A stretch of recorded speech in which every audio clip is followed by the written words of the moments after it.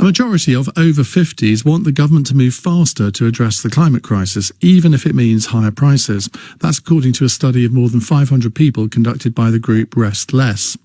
More than two-thirds of participants said they'd bought fewer clothes in recent years and half reduced their vehicle use. So would more radical green policies be popular with the wider public? Tom Burke is a climate activist and the chair of E3G, a climate change policy think tank, and he joins us now. Tom, good evening to you. Now, a survey of 500 people, I'm not sure I take a lot of notice of it. Doesn't seem to be a very big sample, but I don't see why the over 50s should be any more climate friendly than the under 50s, do you? Well, only for the very simple reason that most parents care very much about what kind of life their children are going to have. So I suspect you're exactly right. The difference between over 50s and under 50s is probably not very great in terms of how much they care. The difference is that parents are much better placed to make a difference to whether we solve the problem or not.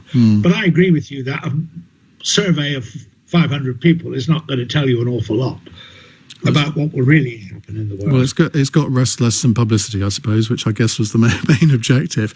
But do you think, I mean, this is all anecdotal, but certainly I know quite a lot of people, and I would include myself in this, who over the last 5 years have made efforts to change their consumer habits. And whether you are fully signed up to the man-made climate change agenda or not, it's actually a good thing to do anyway, isn't it? I think that's absolutely right. It's good for our health. It's good for us to be participating in something that we feel that other people are participating on. And I think you're exactly right. I think most people have done as you've done. They've done something. One of the things that people forget is that you're not alone when you do that little thing that you do in your own life.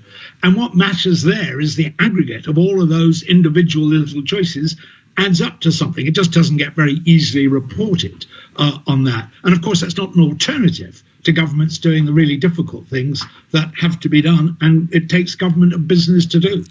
I was talking to somebody last week, and I can't remember who at the moment, but I'm pretty sure that they said, or maybe I read this somewhere, that all this talk about, well, we can all make a difference is actually getting it all wrong.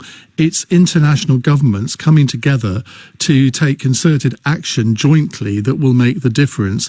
We can't make that much difference as consumers. That's what this person was alleging. I reacted rather badly to that. Yeah, I think you were right to react rather badly to that. I think this is a very big opera dealing with climate change. We'd be better off if we weren't in a world in which the climate was changing, but we aren't, and it's going to take all kinds of action. It's going to take individual actions like we've been discussing. It's going to take communities to get involved and do things in their local communities, in their cities. It's going to take national governments to act. Business is really beginning to get its act together. But as your interlocutor said, it's also going to take governments to work together. At the end of the day, we're going to have to cooperate if we want to solve this problem. There is no way it's going to be solved on its own. Tom, thank you for joining us. That's Tom Burke, chair of E3G.